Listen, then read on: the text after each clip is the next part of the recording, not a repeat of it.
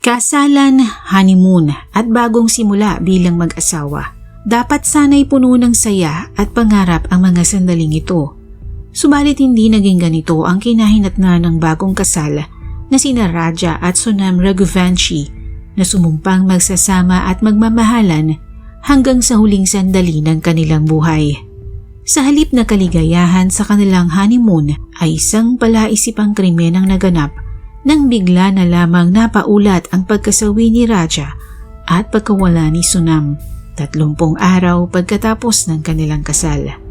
Sa huling video nag-viral online na aksidenteng nakuna ng isang vlogger habang naglalakad ang mag-asawa paakyat sa matarik na bundok. Walang makikitang kakaiba sa mag-asawa maliban sa iba pang mga taong tulad nila ay naglalakad din. Subalit sino nga ba ang mag-aakalang ito na pala ang huling pagkakataon na makikitang buhay si Raja? Sa gitna ng krimeng ito ay naging sentro ng investigasyon ang kanyang asawang si Sonam. Ano nga ba ang naging papel nito para maganap ang masaklap na sinapit ni Raja sa kamay mismo ng sarili niyang asawa? Alamin natin ang kwento sa likod ng kasong ito.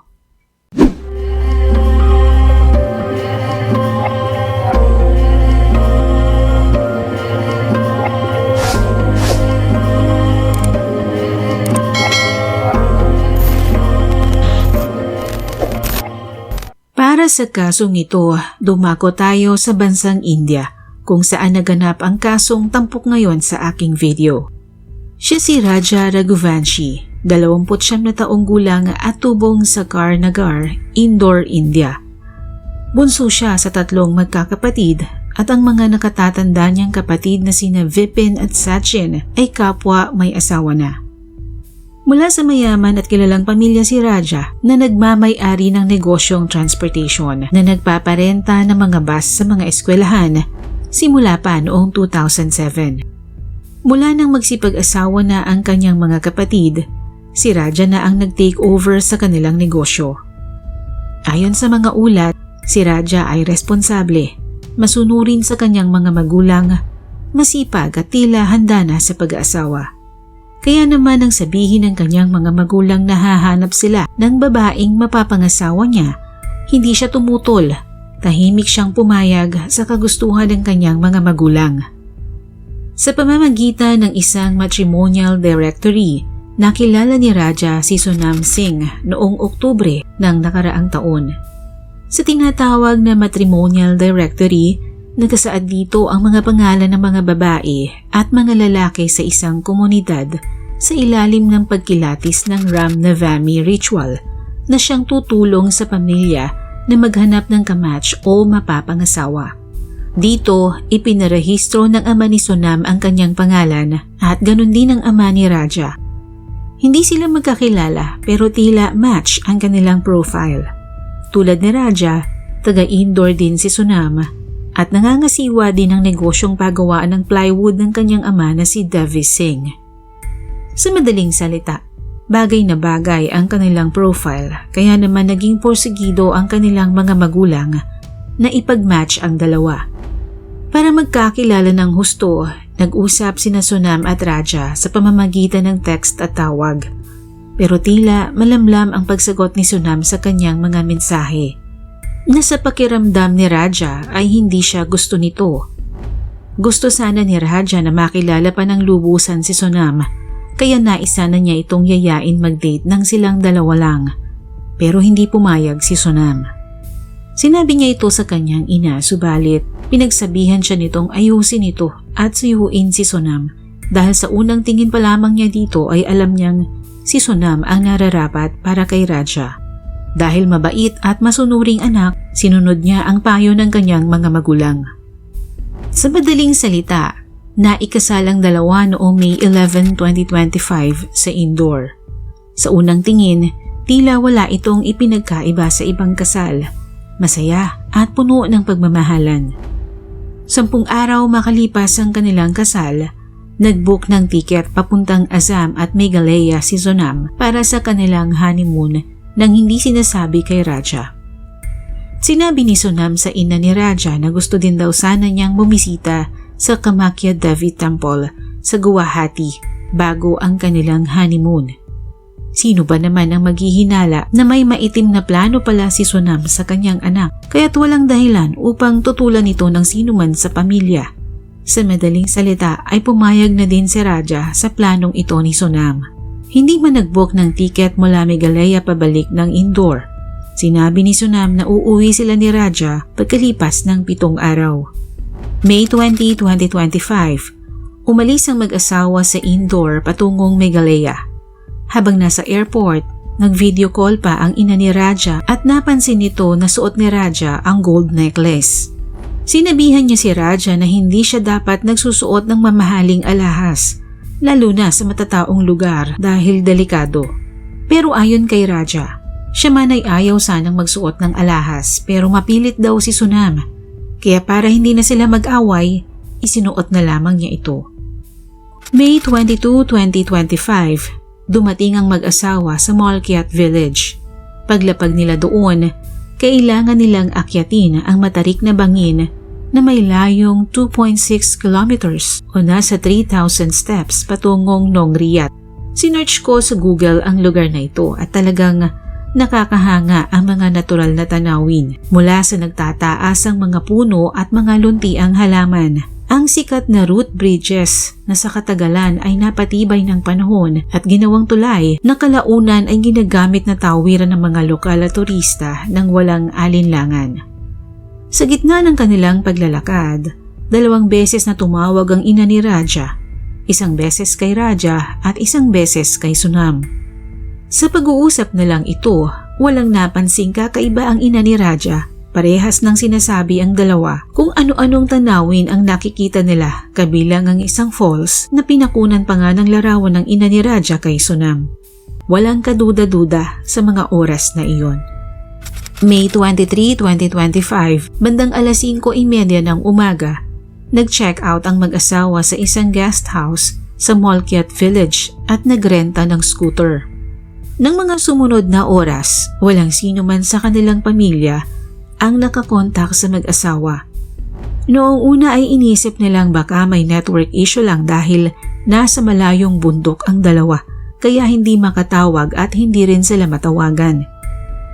Pero lumipas ang oras at hindi pa rin nila makontak ang mga ito kaya't nagsimula ng mag-alala ang pamilya ni Raja. Nang sumunod na araw, nag-file na ang pamilya ni Raja ng missing persons report. Sa paghahanap ay natagpuan sa harap ng isang cafe sa Shillong ang rented scooter ng dalawa. Agad na inilaunch ang malawakang paghahanap sa dalawa at bumuo ang mga pulis ng malaking grupo para dito. Maulan ng araw na iyon kaya hindi ito naging madali para sa mga otoridad. Makalipas ang mahigit 1 linggong paghahanap, June 2, 2025, sa wakas ay natagpuan ng mga pulis ang katawan ni Raja. Nagsisimula na itong madecompose nang siya'y makita sa Waysodong Waterfall habang si Sonam ay hindi pa rin natatagpuan. Ang pag-asang pinanghahawakan ng pamilya ni Raja na siya'y makakauwi ng ligtas ay tuluyan ng gumuho. Si Vipin at Sachin ay dismayado sa investigasyon dahil tila hindi raw ginagawa ng mga pulis ang kanilang trabaho, gayong alam naman ng pulisya na talamak ang lugar ng Shillong sa mga holdapan at kidnapan. Nang matagpuan kasi ang bangkay ni Raja, wala na ang suot nitong mga alahas, kaya malakas ang kutob ng pamilya ni Raja na pinagnakawan nito at saka kinidnap si Sonam. Pero hindi sang-ayon dito ang hepe ng pulisya na hindi nila inaaksyonan ng kaso dahil ginagawa nila ang lahat upang malutas ito. Pero dahil dismayado ang pamilya, hiniling nila na ang mag-imbestiga ay ang CBI o Central Bureau of Investigation o parang NBI ang counterpart nito sa Pilipinas. Nang matagpuan ng mga pulis ang katawan ni Raja, nakita din nila ang isang puting t-shirt, smartwatch, medicine strip, LCD screen ng mobile phone at isang itak na pinaniniwala ang ginamit na murder weapon. Noong una ay inisip ng mga pulis na aksidente ang pagkakahulog ng biktima. Subalit nang lumabas ang postmortem examination sa kanyang labi, napag-alaman na puro ito tama ng taga sa katawan at sadyang inihulog ang kanyang bangkay. Ang itak na ginamit ay halatang bago pa at parang kabibili lamang nito. Ang itak ay naging napakahalaga sa kasong ito dahil iba ang estilo nito sa mga ginagamit ng mga lokal ng Meghalaya. Bagay na naging palaisipan sa mga investigador na malamang na hindi taga Meghalaya ang salarin. Dagdag pa dito, may isang tour guide ang lumapit sa mga pulis at sinabing nakita niya ang mag-asawa bandang 10:00 ng umaga noong May 23 na may kasamang 3 lalaki na sa tingin niya ay hindi taga Meghalaya dahil Hindu ang kanilang salita. Nauuna daw sa paglalakad ang 3 lalaki at si Raja habang nasa likuran si Sonam. Kalaunan ay kinilala ng mga pulis ang mga lalaki na sina Vishal Chauhan, Akash Rajput at Anand Kurmi. Hinala ng mga pulis na ang mga ito ang responsable sa pang-hold up kay Raja at kumidnap kay Sonam. Sa kaligayahan ng lahat noong July 9, 2025, bandang 1:00 ng madaling araw, nakatanggap ng tawag ang pamilya mula mismo kay Sonam. Sinabi niya na mula sa Nongriyat ay dinala siya sa Kashi Daba, nasa 1,200 kilometers ang layo mula Nongriyat. Wala daw siyang telepono at nanghiram lang sa isang lokal na nakita niya sa isang tindahan. Ayon kay Sonam, nang kausapin siya ng taong nagpahiram ng telepono, hinold up ang kanyang asawa at hinulog sa bangin sa Nongriyat habang siya ay hinimatay sa labis na takot at hindi niya alam kung paano siya napunta sa lugar na iyon. Inireport ng pamilya ni Sonam ang kanyang lokasyon at nagpatulong sa mga pulis para maiuwi na nila si Sonam. Sa mga oras na iyon, walang nagtanong o nag-alinlangan sa dahilan ni Sonam, pero duda sa kanyang statement ang mga pulis. Nasaan siya ng mahabang araw at bakit siya napadpad ng Kashi Daba sa Uttar Pradesh? Mga tanong na iniiwasang sagutin ni Sonam. Subalit sa lahat halos ng pagkakataon, wala talagang lihim na hindi nabubunyag. Ilang araw matapos magbalik ni Sonam, hindi na niya kinaya ang pagtatakip. Bumigay din ito at isiniwalat ang katotohanan sa pagkamatay ni Raja. Ayon sa kanya, siya at ang kanyang lover na si Raj Kushwaha ang nagplanong patayin si Raja sa tulong ng 3 hired killer na sina Vishal Chauhan, Akash Rajput at Anand Kurmi. Inaresto ang 4 na lalaki para sa kasong murder at conspiracy to commit murder. Nang ilabas ng mga pulis sa media na si Sonam ang mastermind sa pagpatay kay Raja, mariin itong tinutulan ng kanyang ama at sinabing hindi ito kayang gawin ng kanyang anak at sinasabi lang ito ng mga pulis para matapos na ang kaso at matapos na rin ang kanilang trabaho. Ngunit taliwa sa ama ni Sonam, sigurado naman ang kapatid ni Sonam na ang kapatid niya ang mastermind base sa mga nakita niyang ebidensya. Kaya siya mismo ay lumapit sa pamilya ni Raja para humingi ng tawad sa nagawa ng kanyang kapatid. Pero sino nga ba si Raj Kushwaha? Ang lalaking dahilan kung bakit nakaya ni Sonam na pumatay para sa kanya. Nakilala ni Sonam si Raj, 20 years old, nang mamasukan ito sa kanilang plywood factory. Nasa 3 taon na ang nakakalipas. Magkalapit lang din ang kanilang mga bahay. Kaya talagang close ang dalawa sa isa't isa. Bago ang kasal, nakiusap si Sonam sa kanyang mga magulang na hindi pa kasalan si Raja dahil si Raj ang mahal niya at gusto niyang maging asawa. Pero tutol dito ang mga magulang ni Sonam marahil sa katayuan ni Raj sa buhay at ng pamilya nito. Ganun pa man, kahit na anong pakiusap ni Sonam sa kanyang mga magulang ay hindi sila pumayag sa gusto ng kanilang anak.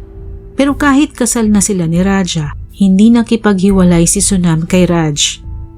Sa investigasyon, nakita sa phone call log na tumagal ng 6 na oras mula 9:00 ng gabi hanggang 3:00 ng umaga kinabukasan ang pag-uusap ni Sonam at Raj. 1 linggo ito pagkalipas ng kasal. Ipinapalagay ng mga pulis na sa mga oras na iyon, binuo ng dalawa ang maitim na plano para kay Raja. Upang gawin ito, kinausap ni Raj ang 3 niyang mga kaibigan sa isang cafe at binayaran ng mga ito ng 50,000 rupiah. Sa Meghalaya nila na isip-isagawa ang plano nila kay Raja. Doon, gumamit si Sonam ng ibang SIM card para kontakin ng mga kasabwat nila ni Raj Pinondohan ito ni Sonam at nangako pang bibigyan pa sila ng pera kung magagawa ng maayos ang pagpatay kay Raja. Para hindi na sila magbayad ng tour guide, sinabi ni Sonam na may kakilala siyang magtutungo din ng Meghalaya at sa kanila na lang sila sumabay at sinabi ni Sonam na naghihintay ang mga ito sa Way Sodong Waterfall. Pagdating nila doon, agad inatake ng 3 lalaki si Raja at naroon ang presensya ni Sonam habang inaatake ang kanyang asawa hanggang sa magtagumpay ang 3 at ihulog sa talon si Raja. Sa investigasyon, sinabi ng 3 na sumigaw pa si Sonam ng paulit-ulit at sinabing patayin niyo siya.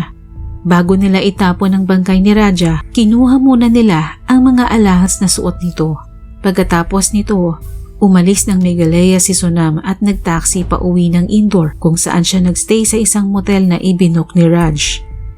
Pagkatapos ay umalis siyang muli ng Indore at nagtungo ng Fatehpur at nakipagkita na kay Raj noong May 28 at pagkatapos ay nagtungo na siya ng Kashi Daba kung saan siya tumawag sa kanyang pamilya upang ibalita ang ginawa niyang kwento. Pero dahil maraming butas ang kanyang kwento, sa huli ay sa bibig din niya nanggaling ang pag-amin sa ginawang krimen. Kinasuhan siya ng parricide at sa ngayon ay nakakulong na silang lahat at naghihintay ng kanilang sentensya.